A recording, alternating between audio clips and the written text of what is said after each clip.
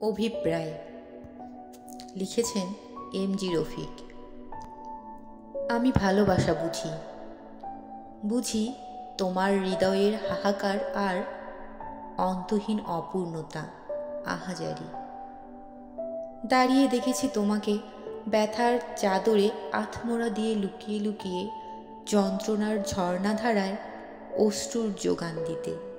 দেখেছি সমুদ্র সৈকতে দাঁড়িয়ে অন্তপারে সূর্যকে চোখের মণিকোঠায় লুকোতে।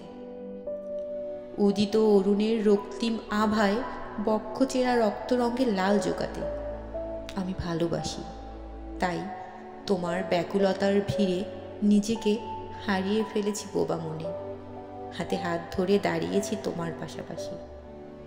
অনভিপ্রেত অভিপ্রায় নাকি লিপ্সা তা জানি না, তবে ঢুকে যেতে ইচ্ছে করে তোমার বেদনার পাহাড় ভেঙে মনের আকাশের অন্তপারের একান্ত গোপন কোটরে।